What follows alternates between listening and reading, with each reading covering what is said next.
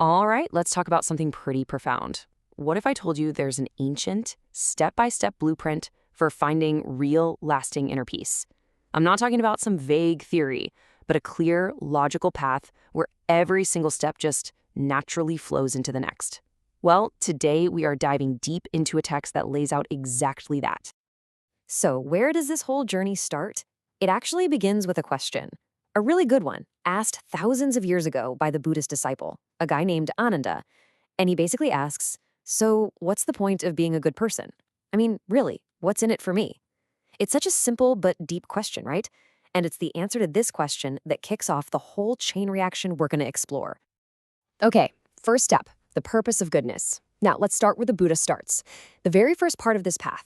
Look, it's not about racking up good deed points or just following a bunch of rules. It's way more practical than that.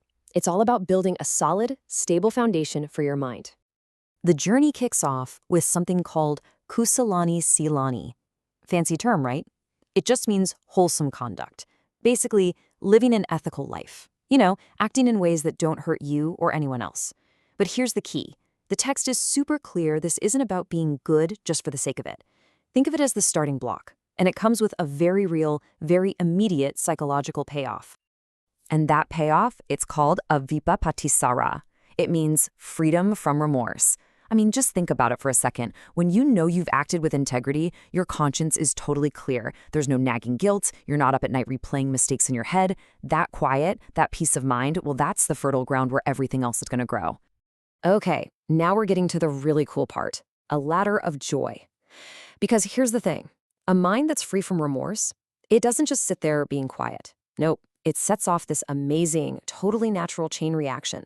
It's like climbing a ladder of more and more positive mental states. So, first up on that ladder is pamodja. You can think of this as a gentle kind of joy or gladness. It's that simple, uplifting feeling you get from having a peaceful heart. The best part is you don't have to force it or fake it. It just bubbles up on its own once that weight of regret is gone. It's like the very first ripple of a good feeling. And then that gentle joy, it starts to deepen, to intensify, and it becomes piti. This gets translated as rapture or zest, and that's a pretty good word for it.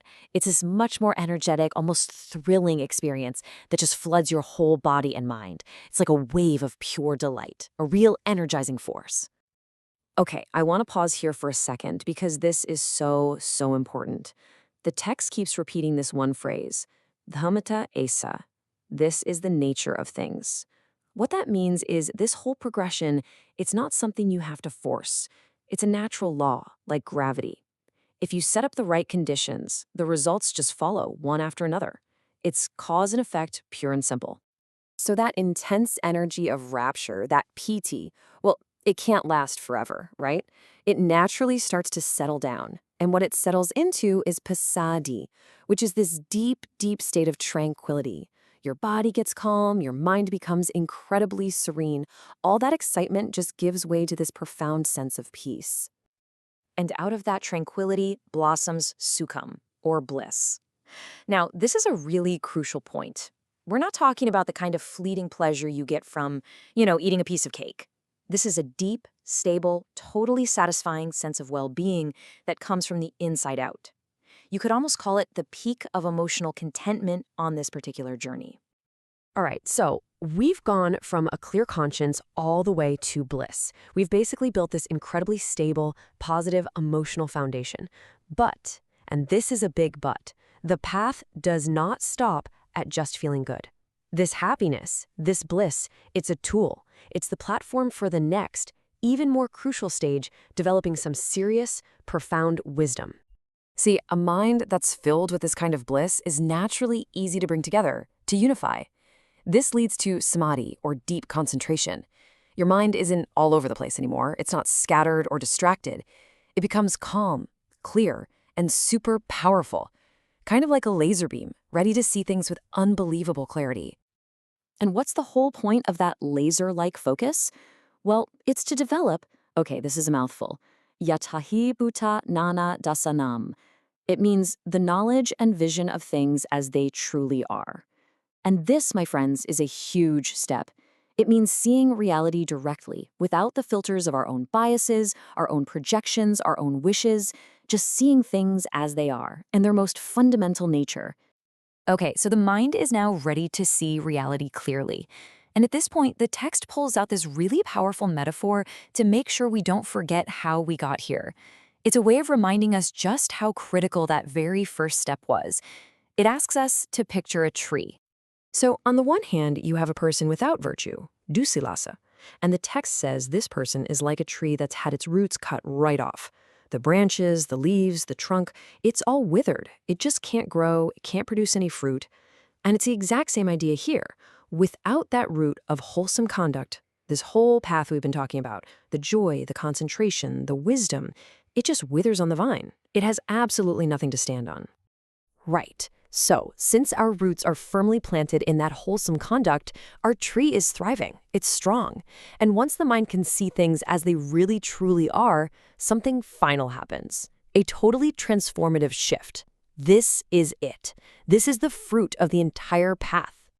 When you see reality clearly, it leads to nibbida-virago. Now, this is a combination of what we'd call disenchantment and dispassion. And I know those words can sound a little negative, but they're not.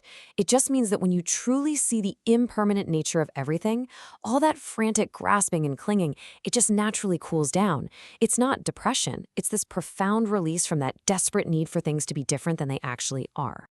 And that sense of dispassion leads directly to the ultimate goal, the top of the mountain, vimutti-jnana dasanam, another long one. It means the knowledge and vision of liberation. And we're not talking about a belief system here. This is the direct, unshakable, personal experience of being free from the very roots of suffering. This is the ultimate reward of the entire path. So let's just recap. There it is, a perfect, unbroken causal chain. You start with wholesome conduct, that gives you freedom from remorse, that leads to joy, which deepens into rapture, then settles into tranquility, and finally blossoms into bliss. That bliss is the perfect platform for deep concentration, which lets you gain true insight. That insight brings dispassion, and that dispassion leads straight to the certain knowledge of liberation. Boom, boom, boom. Every single step is just the natural result of the one that came right before it. And that brings it all right back to us, here and now. Because this isn't just some dusty old map, it's a living, breathing process. So as you look at this entire ladder, from just having a clear conscience all the way up to total freedom, it really leaves us with a very practical, very personal question to think about. What's your next step?